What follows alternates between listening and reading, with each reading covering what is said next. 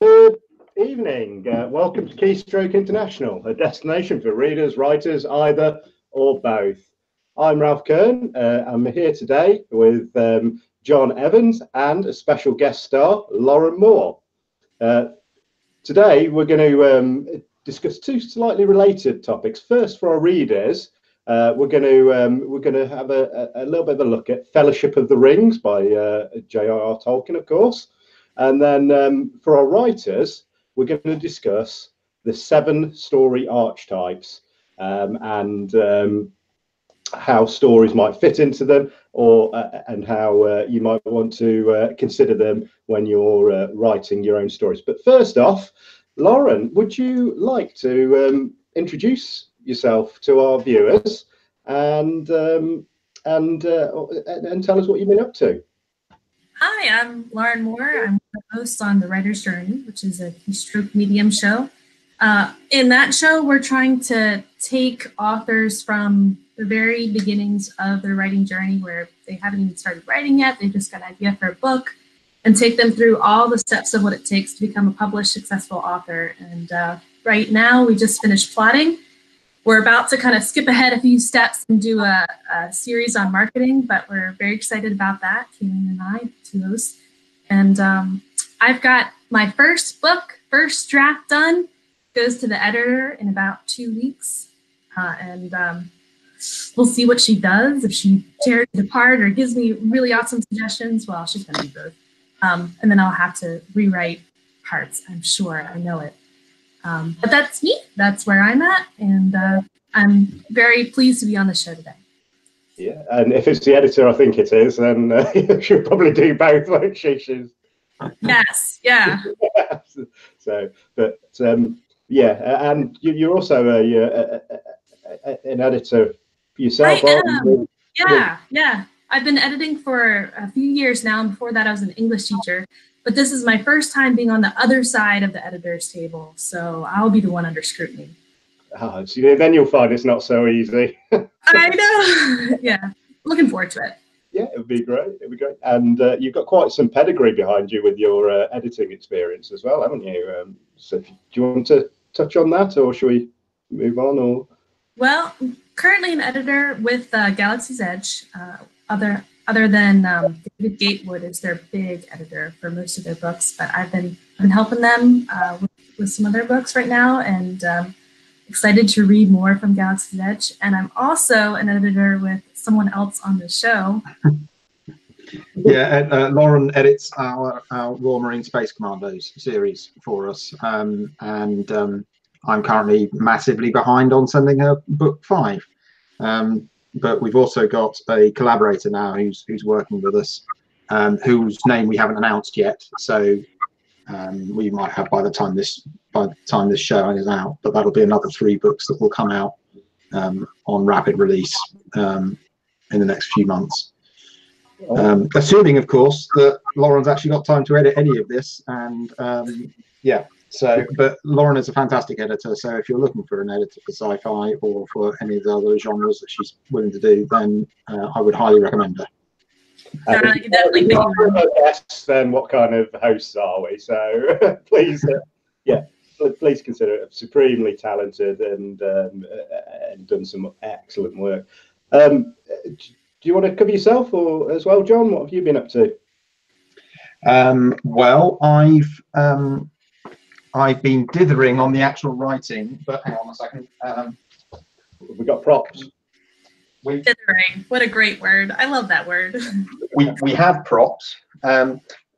So there is a character in our series called Marine X, or 10, as he's known. He's a penal marine, and so he's not allowed his own name. So his real name is as yet unknown. But when I was looking for Royal Marine related websites and information and fan groups and things like that, I came across a guy an artist who goes by the name The Bootneck Banksy, and he's got a lovely art style. So we approached him and asked him to do some art for us. So hang on, let's see if we can get a good picture of this. Yes. Terrible reflection Nice. on this. So there you go. That looks pretty good, doesn't it? So That's awesome. that's Marine X. Awesome. And yeah, we're hoping that we'll be able to commission some more art from him. It looks like he's gone out on shore leave and yeah, found one of those like street artists that had it done when he's a little bit. Yeah. And when I opened the roll finally, so I've had this thing for about a month. That's Venom, right? Oh. So I've had the original artwork for about a month and hadn't got round to going and getting it properly scanned at the printers.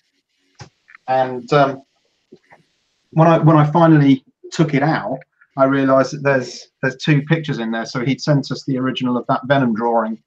Oh, brilliant! For Frost now as well, which is great. And eventually, I plan to have them up on the wall behind me, maybe, or depends what the landlord says. So yeah, I've been doing that, and I've been working on a super secret KSM project, which you guys know about, but other people don't yet. So yeah, we'll have to keep that secret. And doing lots of business type things in the background, because we're trying to sort of say we're doing collaboration and so on, and we're trying to up our game in that area. So there's loads of things I've got to get sorted out, and some of it's proving it's all just administration type stuff, but it's a real pain. So yeah, so that's what I've been doing this week. What about you, Ralph? There's not much new on my front, to be fair. I've boxed off the third book in my new series, started off the fourth book, so it's nice to be putting down some new word count, is what I'd say, because I've pre-written 3 books and then sort of gone through the self-editing cycle before they go to editors. And so actually, like, when I look at the amount of word counts I've been doing, and I know that's not the be all and end all, please don't take it that away, but I just like to see massive word counts every day. But also, it's the easiest way to kind of see that you measure that you're progressing sometimes, that you've got word count. But because I'm in an editing cycle, it's been like sort of 500 to 1,000 words a day, whereas now I'm like starting something new, and it's like, yeah, great. You're seeing the My Right Club graph go up massively, which is a website I use to track, or some of us use to track and compare word counts, and it's good. So, and it's nice to be doing something new, sort of discovering new characters. And we were talking a bit about it last night, weren't we, John? And it's a very sort of different type of scenario than I've perhaps done before, with a character where the point of view is very tightly locked on her, and so you've got all these kind of events that are happening, but she's getting no information other than what's before her.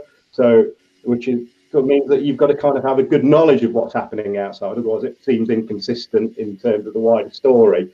But through her perspective, it's like really confusing what's happening. So hopefully it'll work. It'll boil out in the wash, is what I'll say. But it's interesting at the moment. Interesting for me at the moment. Yeah, what I'd say about that, I mean, that the thing that you're trying to achieve is a really great idea and will work really well. And one of the things I would say is write a paragraph to your editor explaining what it was you were trying to achieve and why, so that when they're editing the book, they'll be able to look at things and say that bit doesn't work, because if you don't tell them, they'll just be looking at the story. So yeah, and that makes me think we should be telling Lauren things like that as well, actually. Like, hey, but Lauren keeps telling me not to tell her what's happening in the story. So she says blah blah blah this, and I'm like, but that's coming up, but I'm not allowed to tell you. Oh, but that's good though. That's good feedback. Like, here's what the reader found and is picking up on, and maybe you weren't even aware that that was there or not. Get that out. Great idea, John, because quite often I know that when I deliver a manuscript to an editor, I just deliver the manuscript, but actually having a look at what you're trying to achieve might help them give further guidance to it, because it is a team game. So yeah, I think I quite like that idea, and assume my editor would would be up for that, I think I might take that and run. I'm going to shamelessly take it, John. Well, yeah. I mean, if you're, I think if you're trying to achieve something that's got subtlety to it, or an extra level of depth, your goal is that it works when the reader reads it. But if your editor doesn't know you're trying to do that, they can't say this bit comes on too strong, or this bit reveals the secret because of the way you phrased it, or whatever it is that you're trying to do. I mean, we recently had one where when we were going over one of our books, had to write a sequence that plays out outside the structure of the novel. Well, no, it plays out within the structure of the novel, but it's the perspective of one character. But I had to go through that book and sort it out, because we didn't get it quite right when we first did it. But we wanted the characters to tease him about this story that they think he's made up. But when the reader reads the free story, they'll find out that he didn't make it up at all, this implausible excuse that he's come up with. And without having finished that, we couldn't put it in the novel, put it in the sort of callbacks to that story and have it make sense, because we knew what was going to happen, but you need to sort of have it actually written down so that you've finalized what's going to happen. Because if you're having, basically it's kind of a cut scene, if you haven't written it yet, if you've just got an outline, you might change that outline, and I probably did a bit while I was writing it. So having that information available for the editor is, I think, is worth doing. And if you're trying to achieve story arc things that aren't necessarily immediately obvious, yeah, I mean, giving your editor a heads up is a good idea. Just like giving your audiobook narrator a heads up that HUD, heads up display, is said as a word. It's not actually pronounced HUD. That would have been helpful if we'd realised that.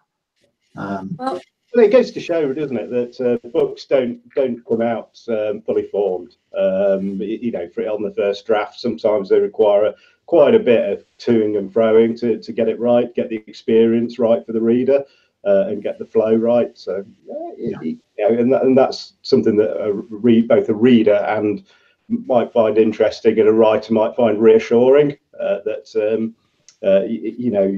Don't expect to have a perfect first draft that makes chronological sense and narrative sense. Sometimes you just got to get it right, and then shuffle your ducks into the correct row after that.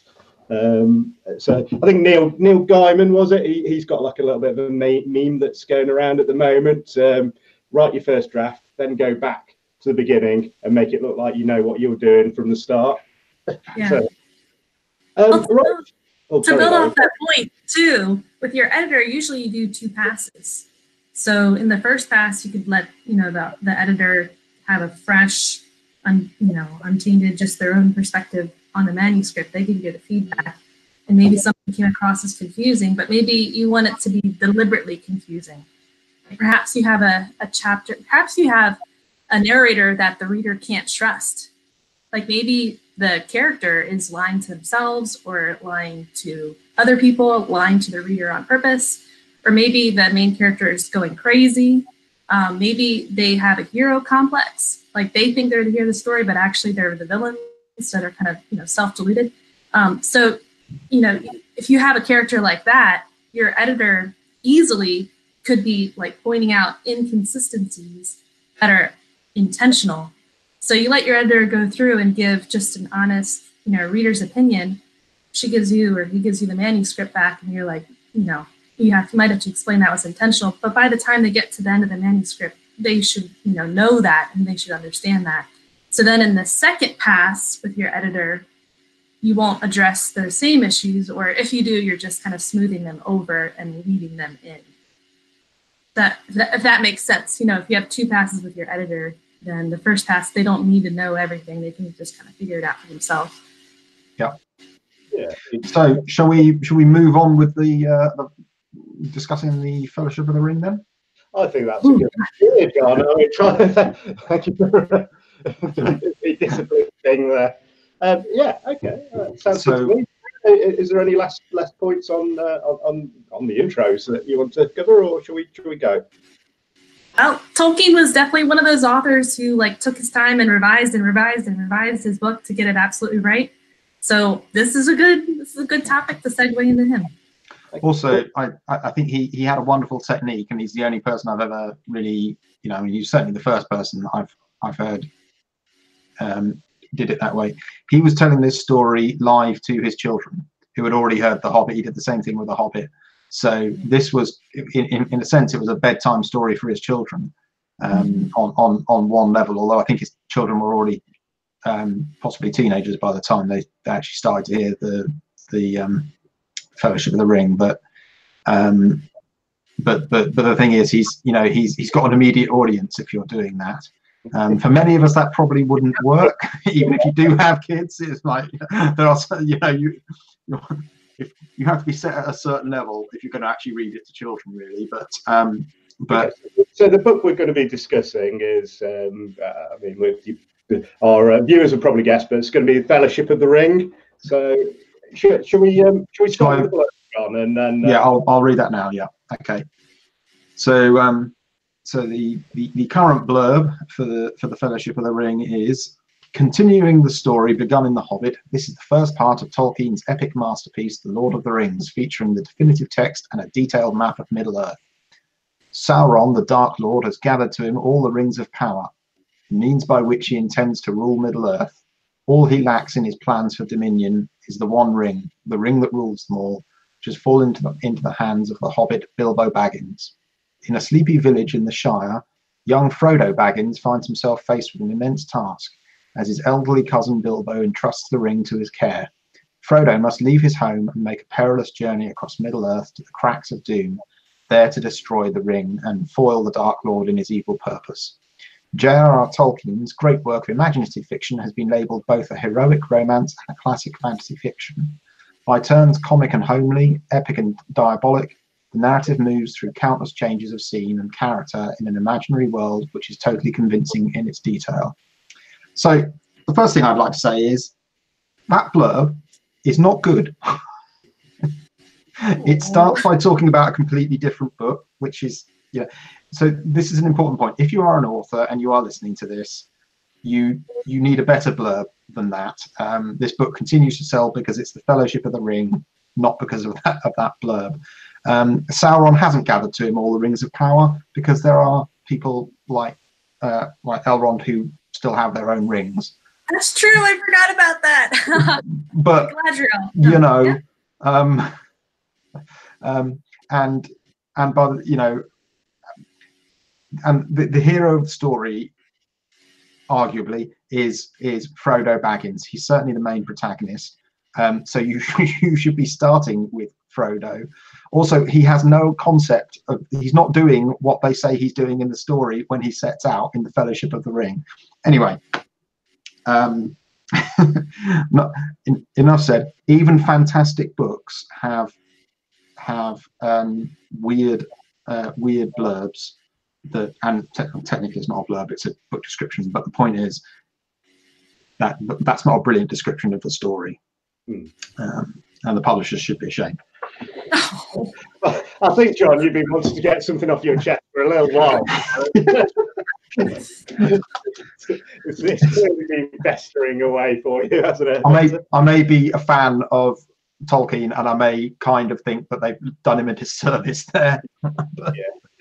And it's a serious note, and I think probably on one discussion, it might be a good idea to dive into blurbs and or book descriptions, how important they are, and the fact that you've got to be honest in them, but also you've got to leave the reader wanting. It's such a fine line. The book description, which normally is between 1 and 3 to 400 words, is some of the most important writing you'll do, other than your first paragraph in your book. You've got to get it bang on right. You've got to balance so many things, like honesty, leave the reader wanting more, marketing the book, a sense of mystery, mystique, and lots of when I do blurbs, I always cover the 5 WH: who, what, where, when, how. and so on and so forth. But anyway, we digress. We digress. Yeah, we can do a whole show about that, and I'm happy to. Yeah. So one of the things that sort of I know that you pointed accurately to sort of who the main protagonist is, but one of the things that I really liked about this book is that every one of the main characters, if the narrative choices had been a little bit different, the argument could have been that they were the main protagonist, and hence the use of the word fellowship in the title. So like each of them is an important player in their own regards. Each of them has their own ultimate and important hero journey throughout the entire series of books, and that's one of the things that I really liked, because too many books to me have this thing where you've got the hero as a well fleshed out character, hero or heroine, well fleshed out character, and everyone's there to service that hero or heroine. Whereas in this one, there was a lot of kind of toing and froing. It's a more intricate sort of flow chart of who's most important to the environment they're in at any particular time. So that's my observation, and one of the things that I really enjoyed about it. What about you, Lauren? Is there any sort of single thing that you think you really enjoy about the Fellowship book?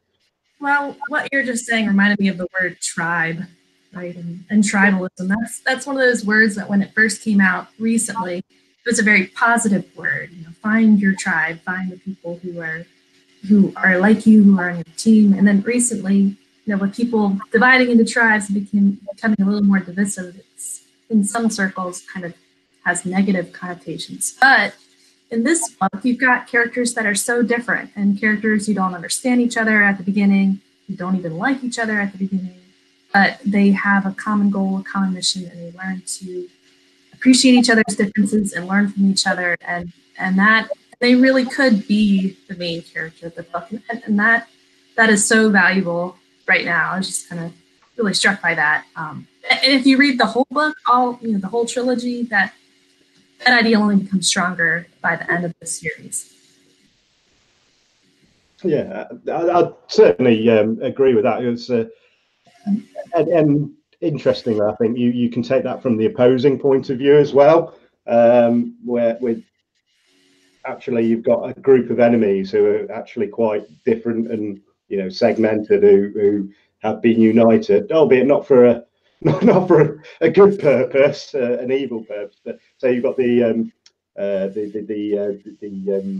orcs, the Uruk-hai, I forget what, the Easterlings, and so on, the ring race themselves. So again, history is written by the victors. I mean, I wonder what Lord of the Rings would have been like if Sauron had won. They're united, but they're either in it for themselves, like Saruman, or they're under the control of someone like Saruman or Sauron.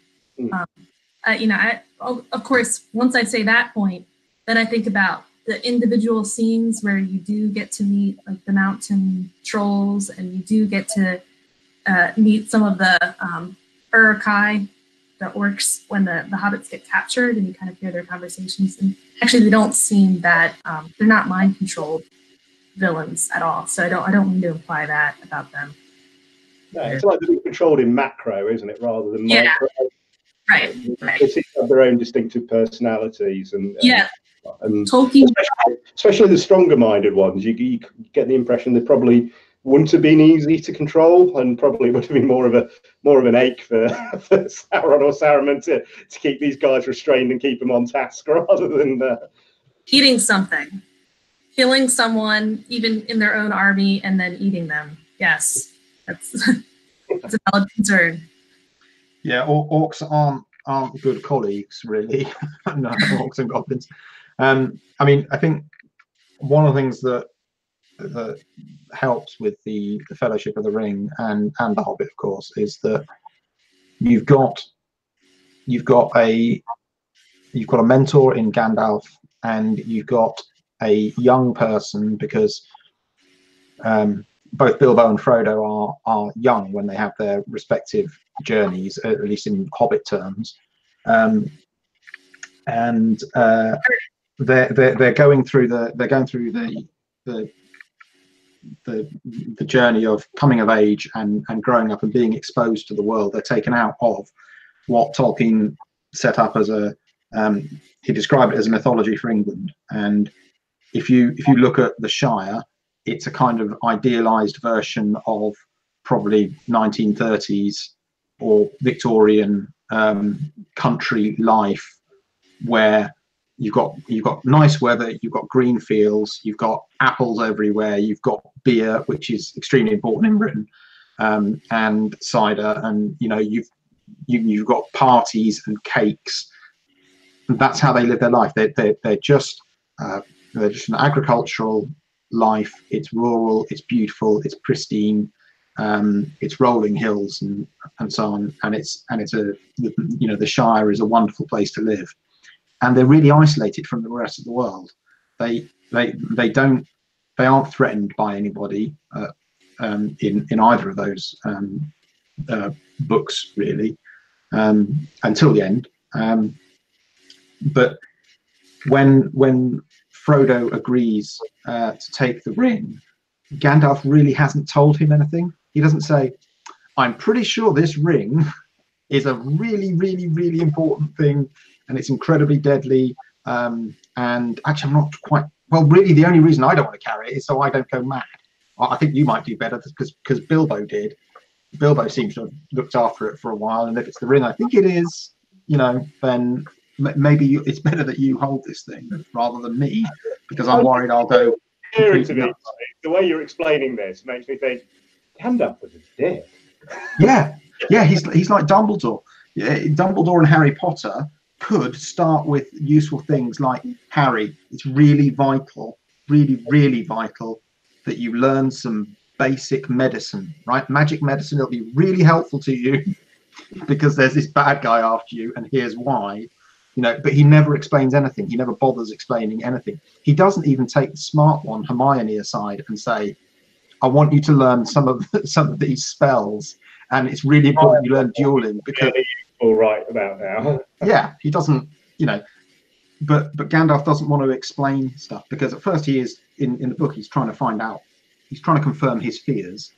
The bit where he throws the ring in the fire so that he can identify that it is actually a ring of power. But he still doesn't quite believe it because it's too horrible to be true. So he wants to, he goes off to look for evidence of where the ring came from. And it's not like he has a textbook of the one ring and how to identify it if you come across it, So what you won't get if you've watched the films, which are pretty good but lack some major chunks of the story, is the sense of time that it takes for the decision to be made that Frodo is going to leave the Shire and he's going to carry the ring to Rivendell. That takes many months. I can't remember quite what the time period is, but it's a long time, even before he decides to leave. And when for them, it's not going to be all that bad a journey. It's not that far to Rivendell. It's only after they reach Rivendell that the story really becomes, it's only after they reach Rivendell that it really gets to be this amazing epic task that he's got to undertake. I mean, certainly it's terrifying before then, because even as they're still trying to leave the Shire, the bad guys show up. So. Yeah. First to the prancing pony, and that's where they meet Aragorn too. Yeah, the Nazgûl show up. They sort of see them on the road and have to hide from them, but they've already started leaving by then. I can't quite remember the sequence of events, but I think I think there might be rumours about somebody looking for Baggins, Right. and he's maybe heard that. I'd have to. The problem is the films were slightly tweaked my recollection of the books. Yeah, I think because I haven't read the book since I've watched the films, and they're such fantastic films that sometimes it sort of blurs into one a little bit. But, viewers, if you're so lucky as to have not read the book or watched the films, do read the book first and then watch the films later, because the first time you read the book, you're going to be imagining the characters your own way, and you're going to hear the voices your way. But then once you watch the movies, you're going to lose that forever. So don't watch the movies first. Yeah. But what you're describing there in this sort of journey, John, is that there's no push factor for the heroes, is there? Certainly from the Shire, there's a little bit of pull with Gandalf coming along to Frodo and saying, "You've got to get this ring over there," i.e., the pull from the council. But there's no push factor. He don't particularly want to leave his happy life. It's quite a nice lifestyle that he leads. I think Merry and Pippin probably have more push factor with their slight unsettlement that they feel, don't they? Yeah, absolutely. They're kind of mischievous. They're the friends that would lead Frodo into trouble, or did when they were younger. But Frodo's the one who's already grown up, and he's settled, and he's Bilbo's heir as well. So he's taken over Bag End, and he's a gentleman of leisure, basically. He's never has a job. Frodo and Bilbo never actually have a job in the books. Oh, it's all right for some, is what I'll say. Yeah, I mean, I'm not sure what Bilbo was doing until he came back from the mountain with all his chests of gold. Chests of gold, yeah. The question should have been asked. I think the local constable should have been like, "Excuse me, you seem to, you seem to be riding around in a Ferrari cart at the moment." Yeah, you crossed the border of the Shire, and you've come in with more than 1,000 gold coins, so we're taxing that. Yeah. I think that's part of the idyllic life, though, that hobbits don't really get taxed that heavily. Otherwise, it wouldn't be that idyllic, would it? Right. Once we reach the council, I mean, that this is where sort of like for me it sort of became sort of interest. I suppose put my colours to the mast. I found the bit where they're in the Shire pretty interminable. Sort of come on, let's get to the fun bit.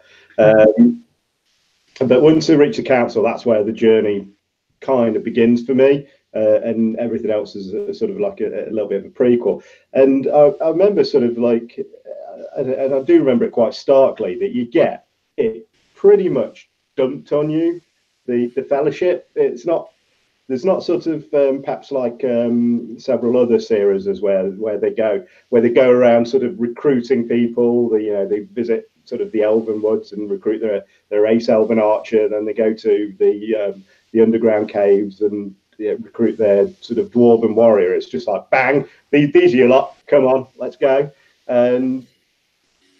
But yeah, well, I mean, but before they reach there, of course, they encounter as planned. They encounter Aragorn at the Prancing Pony, and obviously Gandalf hasn't really told them enough so that they can just easily identify Aragorn, because that would make life too easy. So they don't trust him in the slightest, because he's a shifty-looking guy who wears a cloak with his hood up inside a pub. That's shifty. that's like a hoodie-wearing youth of yeah, exactly. Yeah, it's like like wearing a hat indoors. More over there. But they're forced to trust him because of the Nazgul attack, which is totally outside the bounds of any experience that any of those hobbits have had. By the way, you should remember at this point as well that Bilbo has made his journey to Rivendell already, and he did that basically on his own. He wasn't like, I'm an old man, Frodo, come with me to Rivendell and drop me off. It was like, no, that's okay. I'm going to go to Rivendell. I'm retiring. I'm going to Rivendell, and he did it on his own. So the police officer, I have to say, I've had to go collect people like that and take them home, and it's yeah, you get a call from Elrond. Yeah, we didn't actually invite this guy. Man, he seems to have wandered off from his family, and I met him once before. We'll get it home. Yeah, come on, get in the back. Come on. Yeah. So they get to Rivendell under serious threat, and not in the film. In the book, they are not rescued by an elf. They make it across the river, and the Nazgul wash away by the river because Elrond calls it up. But they tweak that for the films to give. Arwen. That's it.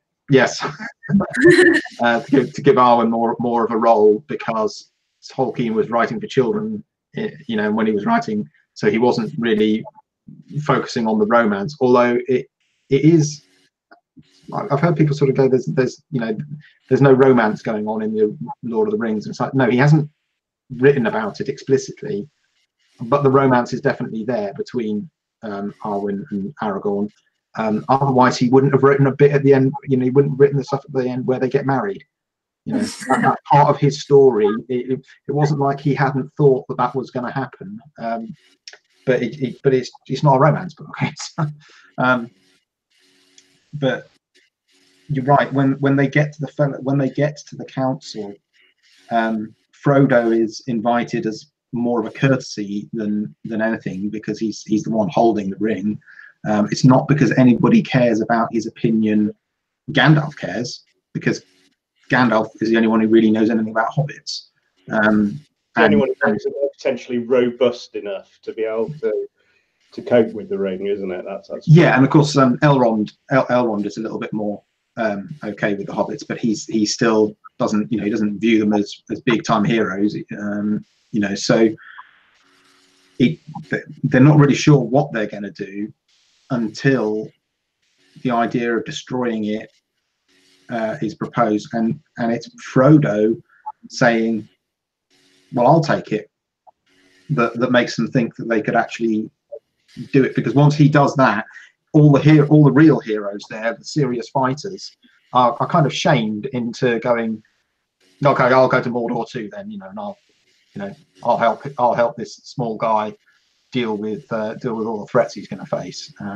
But most of them don't want to stand up and just hurl themselves into that battle, because they think it's an insane idea. But the naivety that the Hobbit, coming from his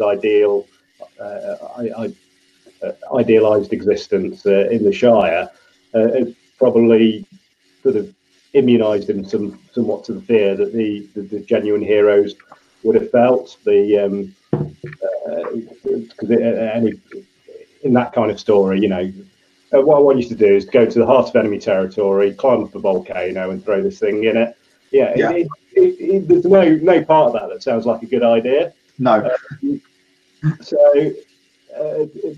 But the fact that they're soldiers and fighters and princes and lords sort of means that they're a bit more cognizant of what it entails, whereas Frodo's kind of like, how hard can it be? And it's kind of like the thought process that I got from it. But yeah. I don't know where that point was going really, but it was. Well, you're right. He is naive to an extent, because he's educated, and he's heard Bilbo's stories, and he understands that there is a threat. But if you imagine, well, even when Tolkien was writing the book, Tolkien couldn't have found out what a volcano looked like. It's impossible. He could have seen a drawing of one. He might even have seen a probably black and white photograph of a volcano, but he couldn't have seen a film of one exploding and hurling balls of lava all over the place. So the true terror of that, or of war, is something that Frodo couldn't possibly comprehend. Aragorn knows about fighting and war, and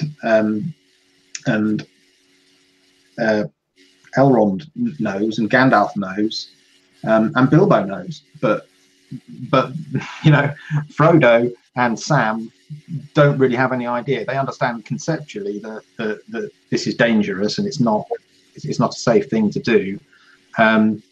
But they've also they're also probably in the uncomfortable position that Bilbo has been telling them stories all their lives about his adventure to go to the Misty Mountains, and and of course Bilbo got away with it. That's a really good point. I just want to touch on a point you made there, which is something that I've never really comprehended before. Is that we're quite fortunate in the age of writers to have access to the interweb, to TV, to movies and things like that, where a lot of the stuff that we try and replicate on page has somewhere, somehow, roughly been done before. Whereas something like J.R.R. Tolkien, I don't know whether we're being sort of patronising, but yeah, you're right. He probably wouldn't have ever seen a volcano or anything like that. He would have gone on descriptions and things. He did go through World War I. Yeah. And he's writing Lord of the Rings, and it's later though. It's the 50s or it's the 50s.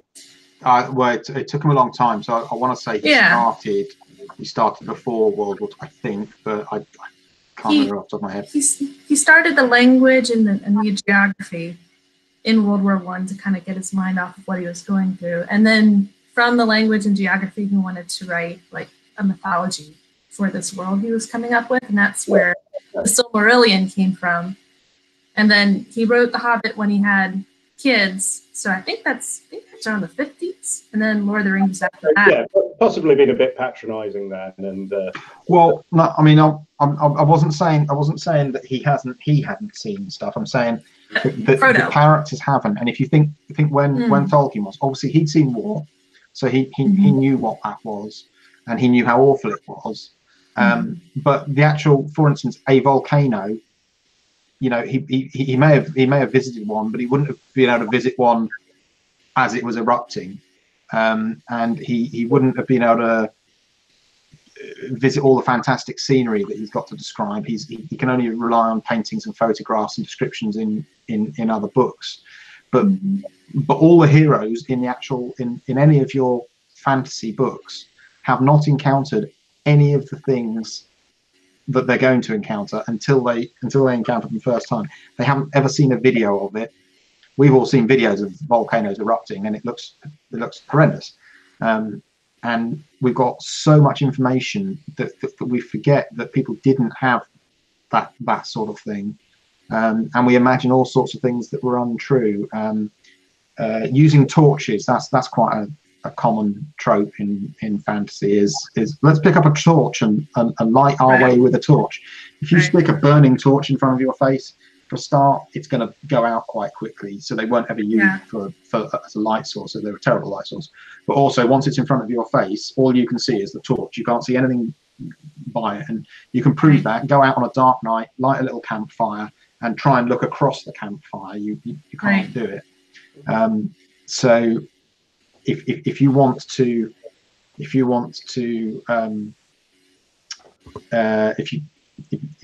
look out from a campfire as a guard, the campfire has to be off to your side, and you have to be looking out away from it. Otherwise, all you can see is the campfire. And if it's directly behind you, all you'll see is your shadow. Yes, exactly. Yeah. So the world is a lot darker and scarier, and none of the people. I mean, they've got maps, but you know, people like Elrond have actually been to Mordor, probably. I can't remember where they fight the ancient battle, but he was in the ancient original battle against Sauron, so he's actually got serious experience of dealing with them. But most of the rest of them have just got maps. Aragorn has wandered all over the place, and Legolas is from Mirkwood, from the east. So you know, he's come a long way, and so on. And obviously Gandalf is what Gandalf is. He's a wizard created basically for this purpose. and he has travelled worldwide, but none of them really know what they're getting into. You seem to have far more knowledge of this than I have. I've only read the sort of appendices, but is it true that the Balrog and Gandalf are of the same race? So the different incarnations? No. This Balrog's a separate creature. Gandalf's one of the Maiar. I think he's one of the lesser Maiar, which helped create the universe. So there's the I forget his name, but like the original being, kind of like God, and he sings into existence the Maiar, and then the Maiar help him sub-create the world. And one of those lesser ones is Gandalf. Yeah, I think if I recall correctly, the Balrog are the creation of Melkor, who was like the pre-Sauron. I mean, there's this tens of thousands of years of history, and the wizards come to Middle Earth in order to protect it from people like Melkor and Sauron. They're sent there to do that and look after the place, if I recall correctly. But it's hugely complicated, and there's a lot, Well, he spent the best part of 70 years building the mythos around this, hasn't he? So yes, yeah, probably didn't much to cover in a half-hour segment. But ultimately, and here's a sort of relatively seam-full segue that we'll do. The Fellowship of the Rings it involves a hero journey. It involves a type of story, of which there are probably many entwining types of story. So, unless you guys got any closing comments, shall we move on to our next segment for the writers? I mean, I just like to say that people should look at things like the Fellowship of the Ring. This is seminal work, and Tolkien was an expert in English and all forms of and language in general. He was a serious academic, and what he did was hugely original. Fantasy is the oldest of the genres of fiction. You can go back to the Epic of Gilgamesh, and if we had more clay tablets, you'd have another story that's older than that. The next genre that comes along is probably in terms of sort of speculative stuff, is science fiction, which comes in with Frankenstein, and then there were plays that touched on other areas, but fantasy is definitely the first form of storytelling. And I've had a lot of arguments with people over the years who've gone, I don't like the Lord of the Rings because he describes too much, and it's long-winded and stuff. And it's, well, he had to describe all sorts of things that weren't being, that hadn't been described before. There's nothing wrong with taking a long time to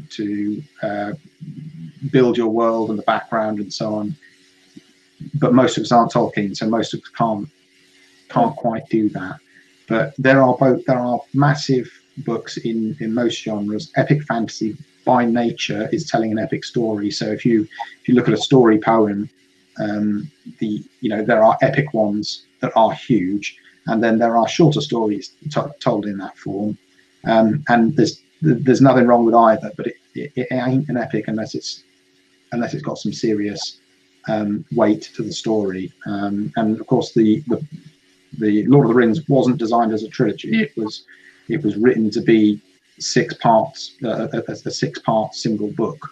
So it was just a physical limitation of the ability of the publishers to put it in one volume, which at the time was prohibitively difficult. So it was smarter to split it into the 2-book sections that it's in. It's actually six sections over 3 volumes usually. if you haven't read The Lord of the Rings and The Hobbit, and you want to write fantasy or even read fantasy, you know, you should put these on your list. In the same way that if you're, you know, I don't know, if you're a science fiction fan, you need to read some Asimov. You know, I would say you don't have to read some Asimov, but I'm going to find it harder to connect with you if you've never read Asimov. If you want to talk sci-fi. So yeah, don't be put off. Don't be put off by the fact that the language is a little bit older. It's not the most challenging language out there, but the style is a little bit different than you will find with modern words. So there you go. If you do find it challenging, start with The Hobbit. That one's not challenging. Yeah, it's simple. Right, moving on to a writer's section, just to sort of have an exploration. Now, they do say that there are no original stories to be told, and yeah, I'm not sure I believe that, but what I do believe is that, roughly speaking, that each of your stories will fit into a general kind of feel, and there's been quite a lot of academic work that has gone into this as well, which has essentially boiled it down to there being 7 basic story types. So one of the things we wanted to do today was just sort of explore through these 7 basic story types, maybe give some examples and a bit of discussion on each of them, and just sort of like food for thought. Now, my first point on it, before we go into actually breaking down each of them, is that actually your novel may contain several of these story types, not necessarily one. So for one character, it might be a rags to riches story. For another character, it might be the Voyager Return, and for someone else, it might be a tragedy. And that might all be contained within a single volume. And actually, it may all be contained within a single character as well. But before we sort of like start breaking them down, have you guys got any comments on the kind of topic in general that you'd want to touch on? Lauren, anything? Well, I'm looking at the list right now, and I'm thinking the Fellowship of the Ring like checks off a lot of these, so I'm ready to go into it. Well, absolutely. Yeah, I mean, I just say that you know, we're looking at one version of this story structure, and there are others, and I've heard as many as 20 different types of story quoted. But the real point is that if you look at stories and examine them for their common features and structures and how story works, realistically, every story will fit into one of these categories, and you could get into an academic discussion over, is it 7 or is it 20 or is it this, that, or the other, and that's absolutely fine. But I think it's a really valuable thing for writers to be aware that your words are original, because it's infinitesimally improbable that another author has written exactly the same book. Okay, but you will be writing one of these types of story, or a mix of a couple of different types of story, and that's not a bad thing. There's nothing wrong with writing the same story that has, you know, a story that has been written before, however you want to look at it. You will still be adding your own unique slant to it. And if you look at things like TV shows, long-running TV shows, like detective shows or cop shows or sci-fi shows like Doctor Who, there are so many episodes and so many stories told that they have repeated the same sort of story within themselves many times, and people still enjoy it. There's, you know, I don't stop liking rhubarb crumbles because of the number of rhubarb crumbles I've had before. Okay, if I had one every day, I get bored. But with story, you'll you know, you're fine with repeating reading or listening to or watching the same type of story. You might want to have a palate cleanser and watch one of the other types of stories now and then. But I saw a post the other day with some trad publisher kind of moaning about oh, there's no original fantasy being written now, and I was like, there never was. I mean, the words, yes, the characters, the situation, but it's still going to follow something like one of these things that we're about to discuss. So if anybody is trying to give you grief over that, just don't worry about it. Yeah, and some of them may, on the surface of it, not seem like they fulfil the titles. I think that's probably best shown by terms of like discussing. So the first one, the most basic kind of plot, I would argue anyway, would be overcoming the monster. This is where sort of you have your protagonist, your hero or heroes, set out to defeat some kind of antagonistic force which threatens to destroy them somehow, or certainly acts against them and their homeland. So some of these are sort of like quite melodramatic sort of headings, like homeland, but that might be as simple as home, it might be as simple as job, or it might be as simple as marriage or something like that. So, for example, overcoming the monster might be as kind of almost stereotypical as what probably would be one of the first things you'll think of, something like Dracula, where obviously you've got Jonathan Harker, the hero of the piece. He's quite objective focused. There's a monster over there, and I'm gonna kill it. It is essentially what Dracula boils down to. There's quite a lot of fluff around that. There's a lot of stuff that goes on to make that happen. But when we boil that plot down, it's like, I'm going to kill him. The fact that he's an undead monster is, you know, part of the antagonist's the antagonist sort of skill set, which has to be overcome, and why it makes an entertaining story.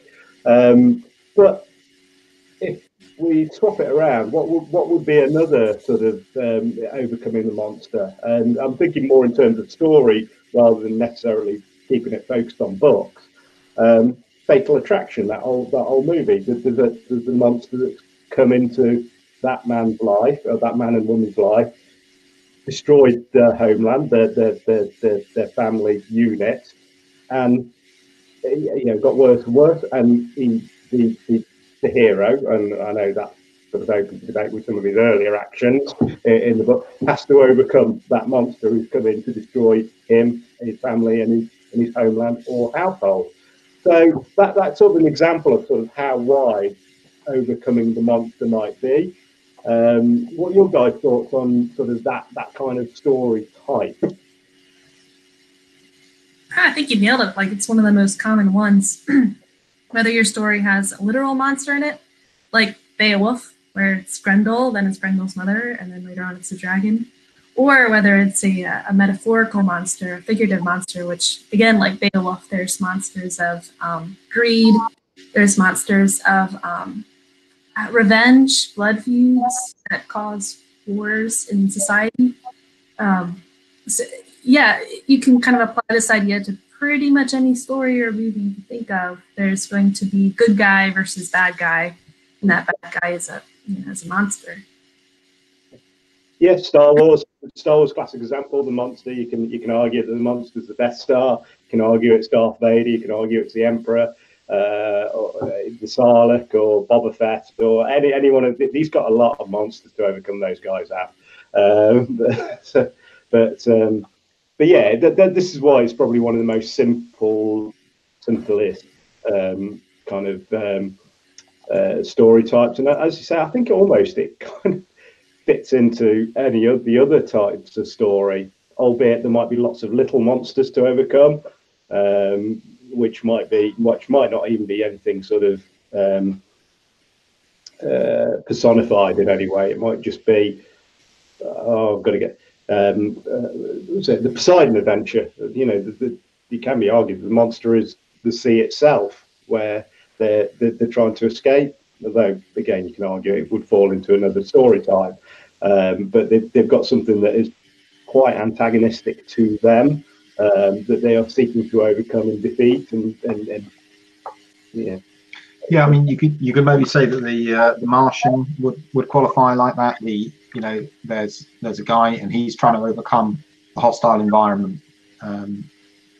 Maybe that would qualify. Yeah, I'd say that's sort of like one of the best modern examples of a defeating the monster, which doesn't necessarily fit into the stereotype of it being a fixed thing for you to point to and say there's a monster. Yeah. It's the world there that's out to or Mars that's out to kill him in any way, shape, or form that it can, and he's got to, well, if not defeat the monster, at least overcome each of the obstacles that monster puts in his way.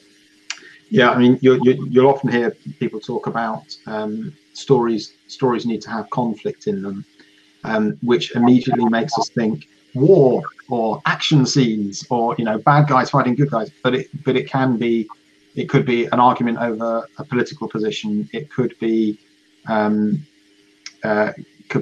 economics. It could be two philosophers debating morality. The conflict doesn't have to be violence, and in the context of the overcoming the monster doesn't have to be a literal monster. The monster can even be yourself.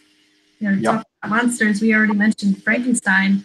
There is a monster, but he doesn't start out as a monster. Physically, I guess he kind of looks monstrous, but he starts out as a blank slate, neutral character who just wants to be loved and accepted and understood, and wants. And then, as I recall, it's pretty much Baron Frankenstein who turns the monster into a monster. Yeah, starting with Frankenstein. The monster's name is not Frankenstein. Starting with Frankenstein, but all of society rejects him and treats him monstrously, and then he reacts and becomes a monster indeed. People accuse him of being. He becomes what people accuse him of being. That's right. And again, another sort of really kind of, and many of these sort of, I'll put the sort of addendum, other than one of them in particular, which I've already got sort of like some sterling kind of witty points to go to with Lauren on this one, but we'll come to that because I want to hold you in suspense for that, Lauren, in particular. But a lot of these, you kind of, when we discuss them, will when you boil them down, be quite simple. So the next one is rags to riches story. You've got someone who's poor, or not holding much power or anything, and then they gain it. It's as simple as that. They get it. The rags to riches. I mean, what's it like? But they usually. There's so many examples of that. They almost elude me right now. But they usually gain it, then they lose it, then they gain it back again. So I don't know. Maybe the Count of Monte Cristo. Morally, don't they? So they gain it, but sort of it might be immoral how they've gained it, or sort of the morals don't catch up with them. They somehow lose it or get knocked back, and then they regain it again, but then they regain it, but commensurate with the deserving nature of it. I think is probably the best kind of. Yeah. I mean, there's often a morality thing going on in there, like Brewster's Millions, where he's got the chance to gain his riches, and then he gets conned out of his prize that he's expecting to have. But he does get it back in the end, and there are antagonists who lose out. A rags to riches story isn't some poor mugger who's fallen on a hard time, like picking up a shank and going to an alleyway, some rich person mugging the wallet. That's not what we're thinking of in a sort of a rags to riches story. It's kind of there generally is some kind of moral gain to it, as well as Right. Yeah, I mean, there's other examples would be Aladdin and David Copperfield and things. And riches doesn't equate happiness. Yeah. no. Yeah. Although to quote John Bon Jovi, I will say that the the person who's saying that money doesn't buy you happiness is shopping in the wrong place. Rags to Riches kind of leverages the fact that good fiction allows the reader to put themselves in the main character's shoes. You know, that's the entertainment value, is you relate so hard with the main character and the struggles that they go through, you experience, the happiness that they go through, you experience. So you go on this rags to riches journey with them, you know, which most people are kind of hoping, you know, to better themselves and to better their life. Then again, yeah, usually in most of these stories, you find out that, you know, riches itself is not what makes you happy. You already have, you know, love. You already have self-respect. You already have everything you need with you right now, and an appreciation of that is what makes you happy. So it takes you out of your life at the start of the book, and then by the end of the book, it's ready to put you back into your life, but happier and more appreciative of the story that you have when you put the book down and then walk away. Yeah, so if someone's going to write a rags to riches story, you've kind of got to both have you've got to have both aspects of it, and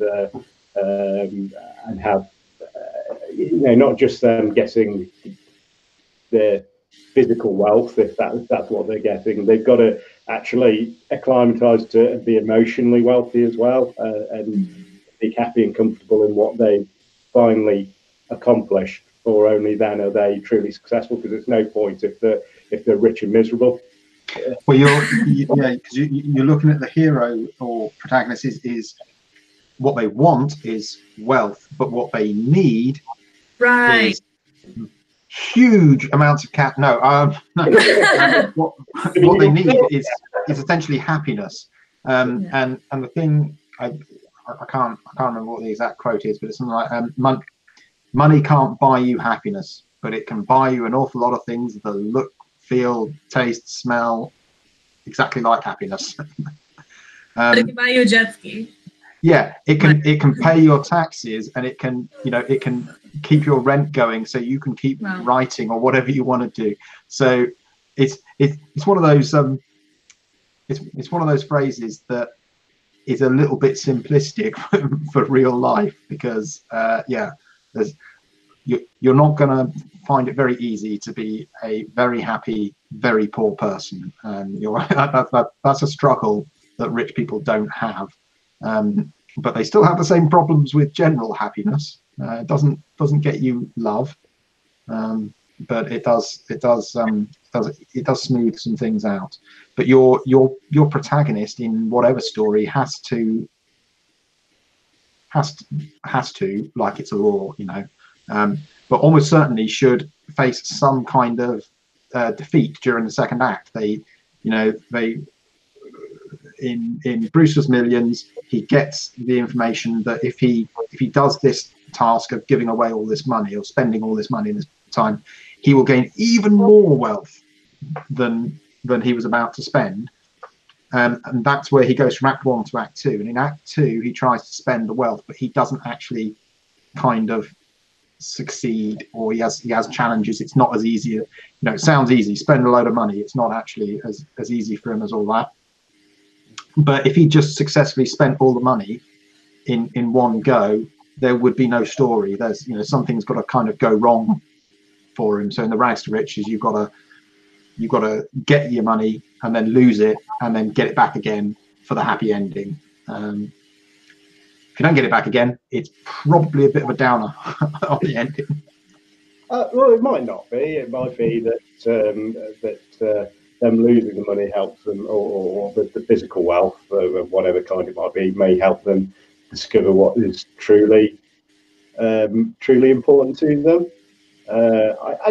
So here's one for you. Thanos from the latest Avengers movie. Yeah. Now it can be argued, or I would happily argue to anyone, that he is the protagonist of that story, because he is the one who we follow through that movie, and the others are the antagonist. The fact that we, as the watchers, are on the side of the antagonist is by the by. Yeah, we've got someone we're following through that story, and it happens to be the bad guy. But his riches at the end of it aren't physical wealth. It's like him in his little farm, and like just that little sigh of contentment that he has at the end. Yeah, he's achieved his goal, and he is the hero of his own story. He has saved the universe from being environmentally unfriendly, in a sense, from massive population problems. Admittedly, maybe it's a bit of a reach, but and it's only something that has just occurred to me, so it's very poorly articulated, but it did occur to me that might be something. No, I mean that's the prevailing opinion. He is definitely he is the protagonist of the story. It's Thanos' story. It's not the story of the Avengers and how they defeat this terrible person. To be a protagonist and the anti-hero at the same time. Protagonist doesn't have to be the hero. He can be a pseudo-hero or an anti-hero. But if any of you are very keen on saving the environment, and you come across a glove of infinite, unlimited power and omnipotence, a simpler solution might be to simply just do a click that does all the recycling and maybe reduces the fertility rate a bit. Thumbs up for recycling. Yeah, I mean, there were many other solutions to what he perceived as the problem when he got the power of unlimited power. But still, it was beautifully set up, that film, because it isn't at all what you expect. And although I love the whole Marvel Cinematic Universe, he's one of the best villains because he is the hero of his own story. And the others, not all the others have really good reasons for what they're doing. He has, at least from his perspective, a very good reason for what he's doing. Iron Man, Tony Stark, his primary reason is he's just arrogant. No one can be better than him, can it? Yeah, but he's not the villain. No, I get that, but he's the villain in this story, so to speak, or the antagonist in our story. But anyway, I think that's an interesting debate, but we're probably spiraling into the weeds and whatnot. Yeah. So should we move on to the quest then? Quest is again another sort of very kind of simple. As I say, they're all simple when you boil them down. Protagonist, his companions, they have to go somewhere, get an important object, get to a location, and they face obstacles along the way. Fellowship of the Ring is that we've discussed just as sort of classic example of that. Probably one of the most classic in modern storytelling or modern media. There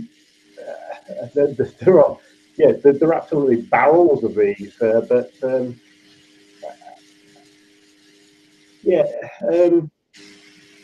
thinking probably this one. If you put it in your own writing, have you got any kind of quest stories that you've worked on or with people with? For me, not yet, because it's something you're going to find in a lot of certain types of fantasy. Sword and sorcery is often a quest-based story, like Conan. Those are very often quests. It's kind of fallen out of fashion to an extent. We're in a period where people are writing a lot of really grim, dark stuff, and that's the important facet. But and a lot of the epics they're bigger than a quest. They're bigger than a simple quest, and whereas Lord of the Rings is, I don't know, I want to say like 1,000 pages or more. You look at Brandon Sanderson's Stormlight Archive, and that's going to be, Titanic in comparison. It's a great story though, and the Odyssey is given as a good example of a quest. He's on a quest simply to return home, which is usually not too much of a problem. But on the way, he faces. I know, the Odyssey would fall into our next one, but Yeah. Story 5. Space opera is kind of taken up the quest mantle, I'd say. I think it's in Galaxy's Edge. I believe it's Galactic Outlaws. Yeah. Yeah. Prima, the kid, she wants to go and avenge her father. So she gets Tyrus Rex to help her go on a quest, and an Imperator, which you want to read soon. That one, another quest novel. Yeah. And that goes to show, especially the Galactic Outlaws. I haven't read Imperator yet, but Galactic Outlaws, it doesn't have to be a fixed point. That fixed point is moving, isn't it? It's running away from her, even as she's sort of following it. So it doesn't have to be a place. It just has to be an objective. The location of that objective is somewhat irrelevant. And then to go on a journey. Yeah. Actually, my manuscript, it's kind of a quest story. The genre is mail order bride. It's a mail order bride novel from the 1800s, kind of Western romance. But in the beginning of the story, she reads an advertisement for like a mail order bride, and instead of corresponding with the guy that she's in mind, she decides to go after him. So she goes on a quest throughout America to get him, to kind of like hunt him down. The idea is it's like, You've Got Pony Express. Well, she ends up having to walk most of the way because she gets stolen from, so she has no money to go on the Pony Express. She has to walk pretty much with a caravan. Yeah. But there's a quest element to that romance. So I think this can fit into a lot of different genres and a lot of different kinds of stories. Yeah, I mean, I know I'm quite a literal person, and generally I've sort of I'm thinking what you're saying. That there's generally some kind of physical movement involved. Yeah. I'd struggle to see sort of a legal drama which has a quest aspect to it, or things like that. Well, part of the quest is the idea we were talking about before with Frodo not knowing so much about the world and about the journey and about the quest he's on. Your main character starts out only knowing home and thus not wanting to leave home. The rest of the world is unknown, and at some point he gets pushed or pulled into going on this journey into the unknown world, and then he has to face the trials and temptations along the way and gains more knowledge, and with the knowledge comes pain and the burden that he has to face, and then he ends up coming home, which kind of goes into the next archetype too, Voyage and the Return. He ends up coming home with this knowledge. So in the same way, you could have a detective story where the main character at the start, even a detective, doesn't know this crime world that he's been faced with the crime that starts out at the start of the episode. But then as he follows the clues and follows the trails to find the murder, to find the conspiracy, to unravel whatever it is, he's introduced into this unknown world, which now he has to grapple with. Yeah, I was just thinking A Few Good Men might be a good example that's a little bit off the wall. It's a so it's the one where Jack Nicholson gets to say, sorry, Tom Cruise. Can't handle the truth. Oh yeah, no. Jack Nicholson says, yeah, you can't handle the truth, doesn't he? But the lawyers in that are on a quest for the truth about what really happened to that young Marine when he gets killed, and has there been a cover up, and it mostly plays out in the courtroom, partly because it was originally a play, so it is a quest for the truth, and like Lauren said, a detective story could be that as well. There usually is going to be. I'd probably respectfully disagree with my esteemed colleague here, and say that probably more an overcoming the monster type of story. But you know, again, a lot of this is more your own interpretation and the interpretation of your readers, and you might find that it's wildly divergent, like people's opinions, and they might take things from your story which you've never even considered you were putting into your story as well. So that's you you might have had an objective to tell a quest type story or a voyage and return type story, but actually you've told them overcoming monsters or rags to riches or whatever it might be, and not even realised it, because let's be honest, as artists, there's a hell of a lot of our soul that we're putting out there, and probably in a lot of cases more than we think we're doing a lot of the time, which is why we rely on good editors to rein our asses in. Yeah, and you can obviously start out deliberately trying to tell one of these, one of these archetypes, but you may go where the story takes you, and just because you were thinking this will be an overcoming the monster story, if it turns into a quest, that doesn't stop it being a good story. There's deliberate and intentful. Intentful is a terrible place for it, but you can go about it deliberately with intent, or you can just write and find that you have, that your work has followed the 3-act structure, and that you've followed archetypes, like followed one of these archetypes.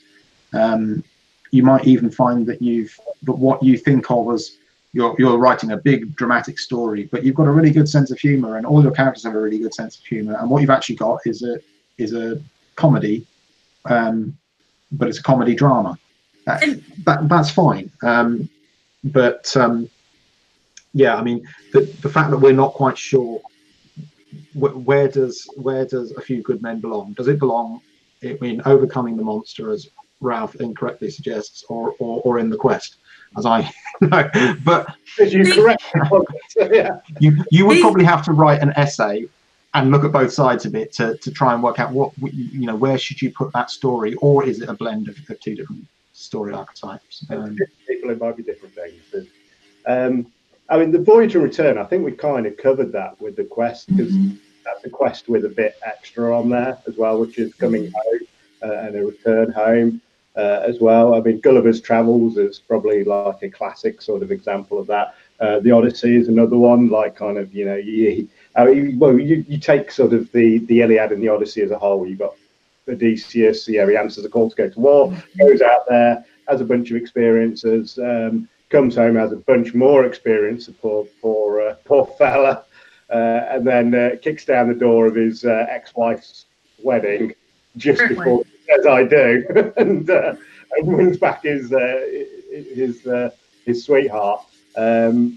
So they come back to home, and home has changed in their absence, and the bigger surprise is that they have changed in their own absence too. So they're coming back not the same person at all, and maybe they're coming back with a gift or a skill or something, to return to the community. In the Return of the King, the hobbits return to the Shire, and the Shire is devastated and corrupted and changed, but the hobbits themselves have grown, so they're able to kind of free the Shire from the and Merry and Pippin have literally grown. literally grown too. Same thing with Odysseus too. When he returns, he's now returned a more cunning character with strengths that he can use. And now he's got to save his home at his home, and he's able to do that only because of the journey that he's been on. Also, because he's a fantastic archer, which I love. I'm an archery fan. So.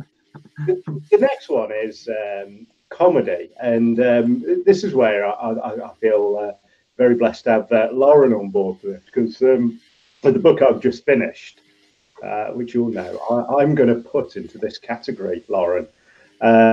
So a comedy isn't a comedy as in ha ha. Right. Thank you for making that point. It's a comedy. It refers to a pattern where the conflict becomes more and more confusing, but then bang, at the very end, you've got a single clarifying event where it kind of pulls back together and you realise what's going on. So I think it's probably misnamed more than anything else. But ultimately, we're working with the definitions we've got here, and comedy is what the name of this definition is. So the book I've just read, one edited by yourself, I believe, Attack of Shadows. Okay. So because in that you've got the utter chaos of a major battle, and it's a battle, but you're following so many different facets, and none of your characters have the full story in that. Right. In that, they're only able to see what's in front of them or immediately around them. They don't have any kind of major situational awareness. It's just bang, and this is book 4 in a series, so there's been sort of a little bit of lead up in here. You're not just having it completely dumped on you. But as far as the characters are concerned, it's pretty much bang. It's dumped on them, isn't it? They just wake up one morning and then, what shit, it's all going off to Haydock. So yeah, I would say Attack of the Shadows is a comedy in the technical sense of the word, because no one has a bloody clue what's going on until it starts to resolve down towards the end, where frankly most of the characters started to die and get killed off, and then you kind of left with the dust that starts to settle. Yeah. Usually it's a single turn of events, kind of towards the end, where like everything's absolutely going wrong. It just kind of gets worse and worse and worse, and then an unlooked for turn of events changes the whole thing, and you get that happy ending. And the emotional roller coaster that you put the reader through, that you make them endure as a result of that, it should give them like a happier release of emotions at the end. Just like in the next point, we're going to talk about tragedy. You have that emotional release, that catharsis at the end too, but with a sad ending. So they're twins. There's like the happy twin and the sad twin, comedy and tragedy. Well, I would argue against that slightly, Lauren. And again, I'd say this respectfully, and I'll say it's kind of not necessarily happily, but successfully. They come. There you go. Yeah. Because like by the end, they're starting to figure out what's actually going on, why they're under attack, why all this is cracking off, or some of the characters are anyway. So whilst it's not a happy ending, at least they're starting to figure out who they've got to point the weapons at, which they didn't have at the start. Right. Maybe. That would be kind of my interpretation of it. So not happy. Yeah. But successful in terms of I wouldn't even go so far as possible without spoilers. It's a half step forward that you're kind of taking, even though strategically in terms of the universe they've lost so much by that point. Right. I can see you're dubious on that point, but you're right about Attack of Shadows. Yeah, I'm just not going to go. But just before we completely confuse the issue, so with a comedy, I'm assuming you guys would agree that it does actually need to have humor. If it doesn't ever make you laugh. No, I wouldn't agree with that. I wouldn't agree. Really? I wouldn't agree that it's necessarily funny. I'd say the comedy in this term is more sort of like the Greek comedy. The original sort of meaning of it, which is sort of more confusion than humor. I think comedy of errors. Yeah, I think there's a difference there, and it's not even a subtle one. There's sort of like quite a stark divide, and maybe that's a corruption in common usage where comedy has come to mean funny, whereas in the context of this, or in terms of the story types, then it doesn't necessarily mean funny. That's my thoughts on it. And as with any of these are open to interpretation. You can have humorous comedies, and that's quite frequently the case, because like they make for the funniest humor is having it utterly confusing. What the hell's going on? And then it all comes together. But I think in terms of sort of, for me, you've got to kind of separate the funniness from the comedy in terms of definition of story types. All these story archetypes act as like a blueprint for the structure of the story itself, or for the plot. So with comedy and tragedy, we're talking about a certain plot structure here. And then Ralph and John, you're exactly right that in common usage, it's the word parlance. In common usage, the word comedy implies humor, but it doesn't necessarily have to, because here we're not really talking about humor and jokes, we're talking about story structure. Yeah, yeah. And sort of like just sort of like kind of touching on the comedy sort of twin tragedy, which is protagonist character flaw or great mistake which they're undoing, and then basically have an unfortunate end, and the fall of someone who perhaps you deem as a hero or someone fundamentally good comes down to or being reduced. Right. A very easy example of that is Revenge of the Sith. You know, whether you like the movie or not, you like the story or not, ultimately you've got someone who starts off as a good guy, ends up as a Darth Vader. Yeah. The only debate is about the path that he took to get there. It's still a tragedy that he's fallen from one to the other. And then again, there are quite a few kind of stories that sort of follow that kind of arc. I mean, again, to hark back to the Avengers one, you can, again, if you argue it in a different way, and like many of these can be argued in multiple ways. We are certainly not the experts in sort of deconstructing each of these stories, but Thanos, again, he starts off as a hero in his own mind, he wipes out half the universe. Objectively,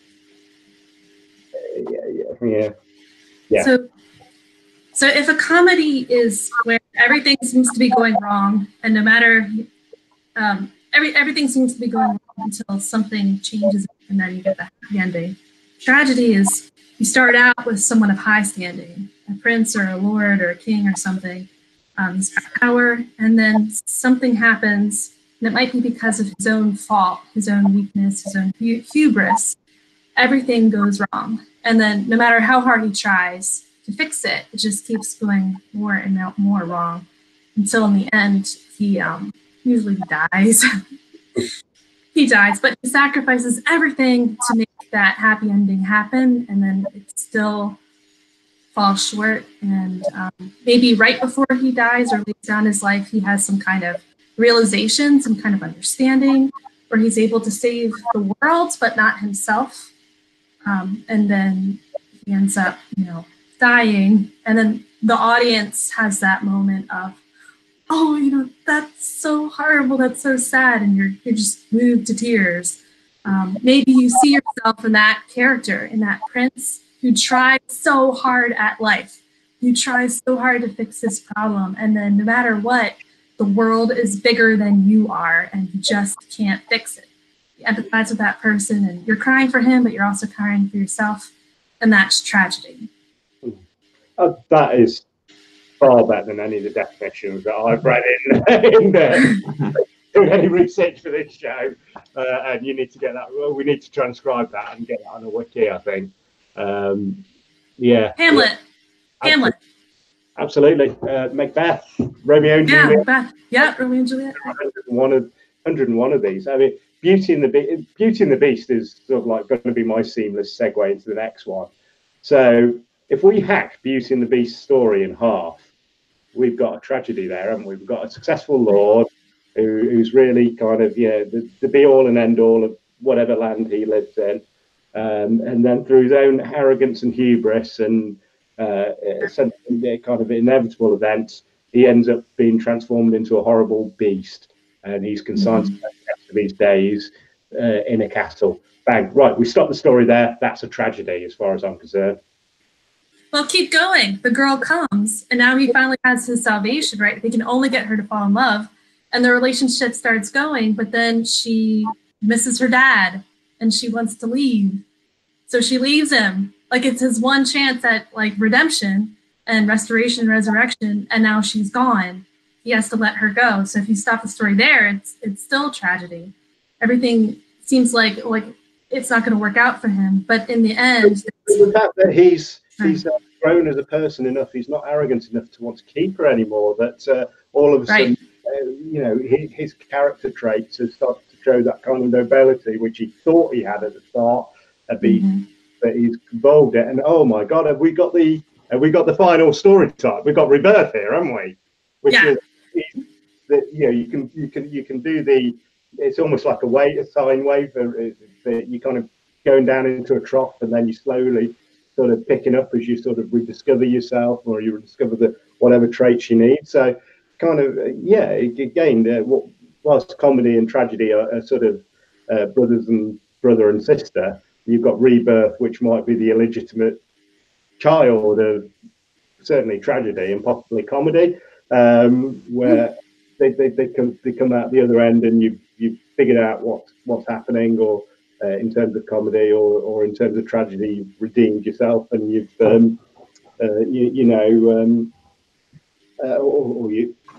you become cognizant and able to redeem yourself. You're reborn and a person. Forgive my poor articulation on that. It's getting to 11:30 at night. No, you're doing fine. You're doing fine. I'm gonna throw in another example then, because I have zero interest in Beauty and the Beast. Iron Man. So Iron Man is Tony Stark is in Afghanistan in the modern film. Obviously, there's a million different versions of this, but he is not a good person. He not because of his profession, creating and selling weapons. That's a different issue, but it's the way he goes about it that makes him, you know, not the good guy. Really, he's venal. He's childish. He's kind of self-obsessed, and he is everything that's wrong with the Playboy lifestyle, and he's just sort of trolling through life, not caring who he hurts, and not really worrying about the consequences of his actions. And then he's forced to take a long, hard look at his life when he's captured, and he begins to see the level of damage of what he does and the way he goes about what he does. And he then has to change what he's doing and be reborn and become a better person. And he does that, but he doesn't do it perfectly. He's still arrogant, and he's still well, theoretically he stops selling weapons, but actually he's constantly creating Iron Man suits and festooning them with weapons. So, you know, it's like, I'm not going to sell them willingly to other people, but I'm going to use them pretty indiscriminately. But, you know, generally for the good, you know. But he does. Your characters should have growth within whatever story you're telling. Frodo is going on his quest, and he grows. Iron Man has to grow. The Beast has to grow, and I don't know. I've never bothered watching it because I don't do Disney. Full stop. But presumably the Beauty grows, and I don't know. Does she get some kind of attribute other than physical looks to make her a better person? Bravery, intelligence, compassion. Probably starts with those though, doesn't she? She did. I'm hoping so, because otherwise. I think the Beauty and Beauty and the Beast remains fairly constant now. I think it's more the Beast story in that terms of things, in terms of that. She's supposed to be a beautiful person on the inside as well. It's not just about her physical beauty. She falls in love with the Beast, doesn't she? And that she opens her prejudice. Prejudices. There you go. I mean, again, sort of. And a rebirth might be pretty short and sharp at the end. And again, to use a Star Wars example, and one of the reasons why Star Wars rises up again and again in these is because I would say that George Lucas is pretty much an expert at nailing these, and he just slams them. and that's why he's so good at what he does, is that he throws that dart and he hits them straight on. Mm-hmm. Got the rebirth of Anakin Skywalker, and whilst there's some debate on how good the original trilogy are, what there is no doubt is that they show that Anakin stroke Darth Vader in a hero context, whereas in my generation we only never knew him as a black-clad villain going around force choking people, whereas all of a sudden I've got a whole new context about the character. And then when you watch that series of 6 in completeness, if you can get through Phantom Menace and Attack of the Clones, is that by the end you're like, the hero we knew is come back, and he's the one who killed the Emperor against all odds. So that rebirth happened really, really late, but in the final 5 minutes, but it still happened. And that kind of went alongside with an interview I read with George, or from George Lucas a while ago, saying actually it's not Luke's story, it's not all these other people's stories, it's Darth Vader's story. It's the original Star Wars sextuplet is. So it can happen late. Oh, and also the key with rebirth is that you can't be reborn unless you die first. And it's not just any kind of death. It's a death where you're sacrificing yourself for the good of others.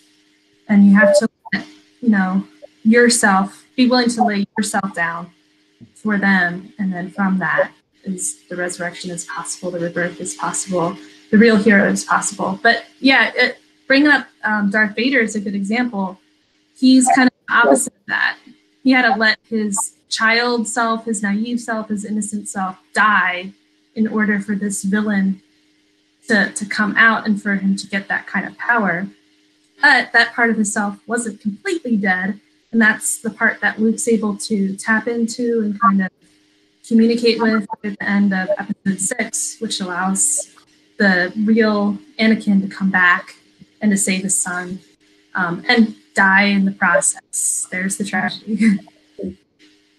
And then Gandalf, who we've been discussing on Fellowship of the Rings, he underwent a similar process, didn't he, from Gandalf the Grey to Gandalf the White?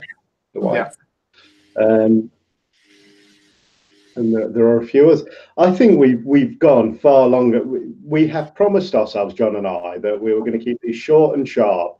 That the discussions have been so fascinating that we've ended up rambling on. And we would definitely invite you guys to please, any viewers, please comment on the thread below to any of the points that we've raised. Anything we've got wrong. And one of the things I'd like to do, maybe, John, on future shows, is once we start cycling them through, is have a revisit sort of segment, sort of like just 5 minutes, a real focused 5 minutes where we look at the comments that the readers have come out with, or the viewers, sorry, have come out with, and we put them forth, because this is only our views on these things. And I mean, John is very fallible on this stuff. I'm not. Please don't take anything I say as anything other than gospel. But yeah, so John could certainly be contradicted. Yeah, I think we should probably also mention that the archetypes that we're talking about here comes from a book called The 7 Basic Plots Why We Tell Stories by Christopher Booker. And there are also, as I mentioned at the start, there are several versions of this kind of story analysis and analysing the structure of stories. And there's more elements than what we're discussing here. This is specifically about plots, really, but there are other factors like the 3-act structure, or the variable number of acts structure, which there are other story structures that exist out there. So if you've got a different take on these 7, if you disagree with us on any of these things, or you agree with us on any of these things, we'd like to hear from the listeners and the viewers. What do you want to, do you have any counterpoints to what we're saying? Is there a different version of the same concept that you prefer?